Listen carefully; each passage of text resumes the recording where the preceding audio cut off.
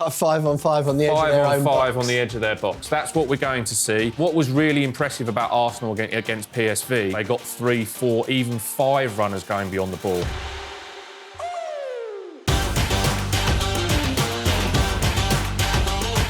Arsenal travel to Manchester United on Sunday afternoon. Second goes to 14th place. The Gunners are fresh off the back of that 7-1 thrashing of PSV Eindhoven in Holland on Tuesday, whereas United far less rest after their European clash against Real Sociedad. I'm Will Pugh and we're back in the Tactics Exposed Team Talk studio with Sun Sports tactical guru Dean Scoggins to look ahead to that massive clash on Sunday. Dino, first of all, as always, we're answering questions from you guys. Question number 1 that's come in, Dean. Arsenal have got no replacement for Havertz and he's not good enough anyway.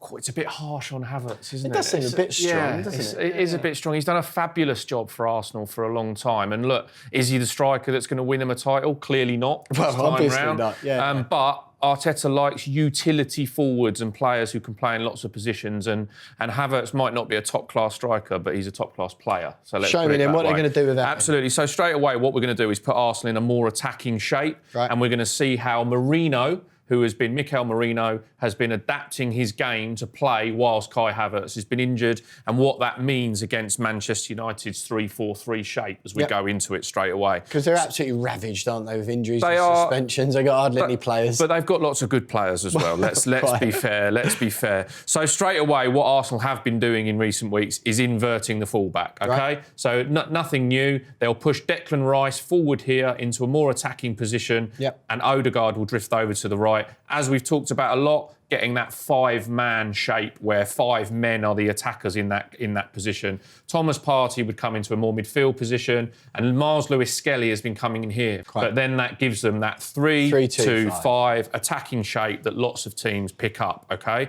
But the key here against the Manchester United back 3, that will become a back 5. No Dorgu, so it's more than likely we're going to see defensive wing-backs from Manchester United, OK? So they're going to play in that position there where they drop very much into a back 5. So straight away, we got a bit of a stalemate. A 5-on-5 on the edge of their own box. 5-on-5 on the edge of their box. That's what we're going to see. So what Merino's been doing very much in the Kai Havertz mould. So he's been watching videos of him. Clearly. He admitted Well, he said he'd never trained in a striker's position. Absolutely, And well, first of all, what I want to touch on, just one very minor point. When he scored his 2 goals against Leicester, Merino's got a little bit of a striker instinct in him there, where what he did was, just as the cross was about to come in, and Jermaine Defoe talked about this a lot with other players who have played up front who don't have this instinct, is he took 2 steps backwards as the cross was about to come in, which Xerxes didn't do in the game at the Tottenham Stadium, and then he gets under the header.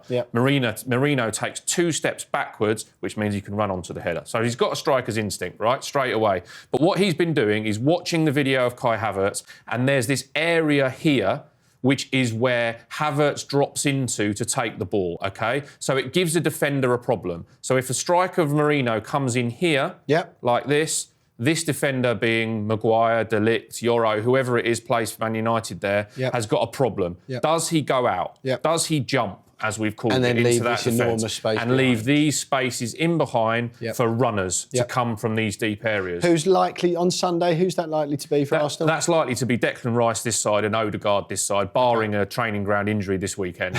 It's going to be those two in those 2 positions. And what was really impressive about Arsenal against PSV is that they didn't just get 2 runners going beyond the ball, they got 3, 4, even 5 runners going beyond the ball. And that included Nwaneri on one side and Trossard on the other, who were getting into these positions and really going beyond the ball, which again, we talk about a lot, forces defences back into that area there. Big problem for the goalkeeper, ball gets cut back. So Merino's movement has been instructed definitely on the training ground to come into here where Havertz does, false 9 style, so people can go beyond him, and those runners will bomb past him as they go forward. The other one, of course, is that if Calafiori plays at left back, Thomas Partey will obviously hold the midfield. Calafiori will run. He will run forward into this position here, into this position here, into a striker's type position, which he was doing before.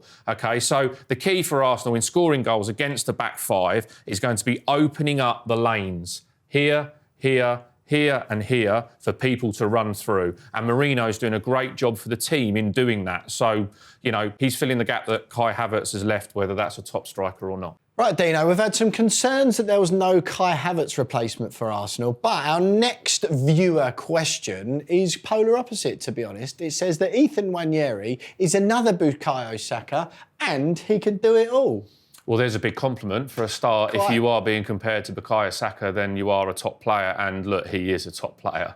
Never mind the age. Forget the age because he's good enough, right? Straight in. They're going to have a problem when Saka comes back fit as to how they get them both in the team. But that's another problem and a nice problem for another day. So Old Trafford on Sunday, then how is Nwaneri going to have an impact? Nwaneri will play and start from this right-hand position. He'll play Saka's here. Usual. Absolutely, Saka's usual. And what we notice a lot from Arsenal, and we've talked about it on previous shows, they predominantly attack down the right-hand side. And that's not necessarily a pre-planned thing. That's basically because their best players favour this side. Martin Odegaard in this position here will drift into these areas, in that area there, so on the right, and he will link up with Bukayo Saka, trying to get into that position there. This time it's obviously Nwaneri. Okay, so that's not a big secret. But what Arsenal have done really well over the last couple of weeks, which is really interesting, is balance that attack much more. So we'll look at zones where they attack down the right, the centre and the left. And over the last couple of weeks, it's been much more balanced, almost third, and third. And the reason that's good is because it gives a defence a problem. We talked about Man United's defence in previous weeks favouring one side and therefore being easier for the other team to combat. Okay, but Arsenal now are much more balanced. And against PSV, they even attacked more down the left. But so just talk to me then about Nwaneri and Saka. And when they do go down the right, albeit perhaps less frequently than they used to, what's going to be the sort of similarities or differences between Nwaneri and Saka? Well, the main thing really is that Saka hugs this touchline. He absolutely stays out here and therefore he allows a right back or an Odegaard to come up the inside of him here. And that creates a problem for this defender. If he comes in here, you've got Odegaard coming into this space and you've got Saka taking the ball on the run going in here, okay? Provides a big problem for all three defenders. But what Nwaneri does much more and has been given the licence to do is go into this area early.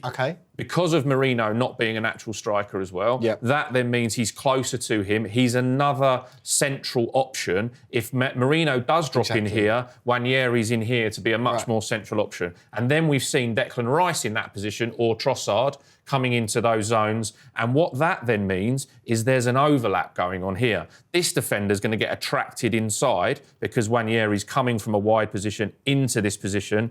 And then you end up with an overlap here from a right back. So that's what he's doing very cleverly. And what he does differently to Saka as well is that he's much more willing to shoot on both feet.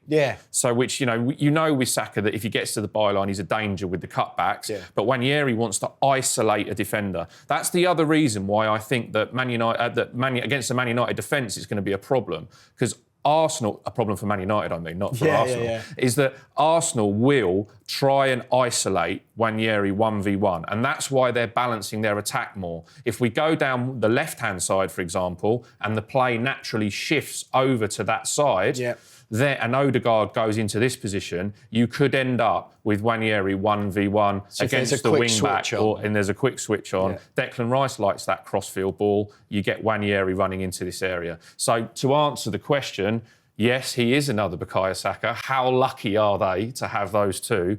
And he's enabling as well a slightly different attacking shape to combat the fact that they're losing a striker. Right, Dino, we've spoken about Arsenal, but Manchester United are the home team after all, so we better talk about the Red Devils. You'd imagine they'll have the ball at some stage on Sunday. Look, Dean, on Tactics Exposed and now Tactics Exposed Team Talk, we've done a lot of talking about Manchester United's ability or sometimes inability to play out from the back. And the latest comment in from one of our viewers is exactly that. How will Manchester United play out against Arsenal's high press? Yeah, they're going to have a problem. They do have a problem. Episode over then, episode over. But how are they going to solve that problem? Now, we talked a little bit last week about Bruno Fernandes's new position, but we also need to recognise that Arsenal are one of those teams who are very comfortable without the ball. And that's happening much more often in the Premier League because teams are having a bit of a rest in their shape before they go and press and go to it. So Arsenal defend predominantly in a 4-4-2 shape. We've said before, 4-4-2's back. 90s football okay, back, there we go. So that means that Odegaard comes in almost alongside the forward player. Declan Rice does the hard work in dropping in alongside Thomas Partey, and then the midfielders, the wide players obviously drop back into a midfield shape, okay? Man United obviously in their 3-4-3 shape playing out, and how do they break the press? We did an episode where Arsenal's double press last time really, really hurt Liverpool. And so this time, Man United, they will set traps for Manchester United, okay? So what Manchester United did in the last game was drop Bruno Fernandes into a pivot position, push Ugarte on, Xerxes came in here, and they created a sort of three-man shape in here with a wing-back wide. So if this player jumps out here, they've opened up a passing lane to play through, okay? So against Arsenal, that's going to be much more difficult because of this man, Odegaard. He will orchestrate the press. He's the trigger for the press, the trigger. That's a great phrase. You taught me that. Yeah, absolutely. And what he'll do is he'll have his hand up and he'll go, OK, ready, and then go. So if he sees the ball played out this way from the goalkeeper, he will block off the ball back into midfield and then they'll flood that way. They'll push that way and stop that. And Man United will try and look for a delict cross-field ball over this way to either the left eight or the wing-back pushing forward. But then again, you see the problem. With a three-man overload this side, they could lose the ball, and then you've got a 3v1 going that way. And they're outnumbered, am I right? And they're outnumbered. And that comes from that press shape. So what United are going to have to do is figure out what Ugarte, Xerxes and Bruno, which probably will be that three in there, do. Does Bruno push right up here to make this, again, this five-man line that we've talked about before, lots of options in between, and therefore give Odegaard and Merino a problem in do they push or does one of them drop back in and give the defenders much more time? Is it a benefit to Manchester United that the other presser is going to be Mikel Merino, arguably a lot more immobile than Kai Havertz? You could say that, but he's also a midfield player, so he knows what he's doing in a tackle and he knows what he's doing in a block. So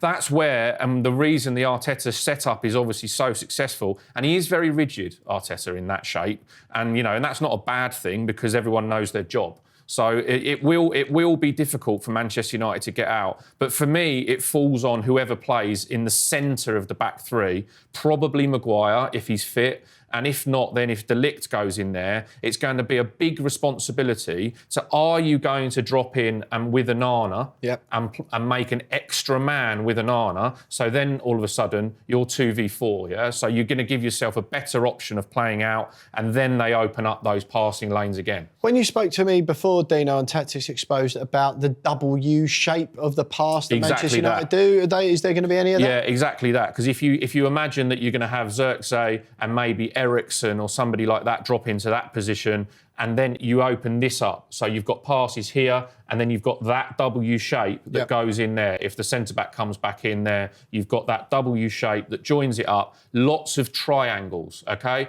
You know what it was like when you were a kid being coached. Open up a triangle, make a triangle. And if you can make those triangles within that Arsenal box midfield that we talk about, then at least you've got a chance of playing out. So it's going to be intriguing. Game of chicken we've talked about before. Who's going to blink first? Big role for Bruno, big role for Maguire if he's fit. Just quickly then, Dino, against Fulham, in that first half, I was forever going, oh my God, stop playing it long. That's all they did. I think they were forced into it by Fulham's good press. Will we see any of that again from United? I think we absolutely will, yeah, because if you get to a position where you isolate one side, and Eriksen made some great runs in that game where he took defenders inside into this area, and the wing-back then gets freed up. So if Nwaneri doesn't track back the wing-back, yes.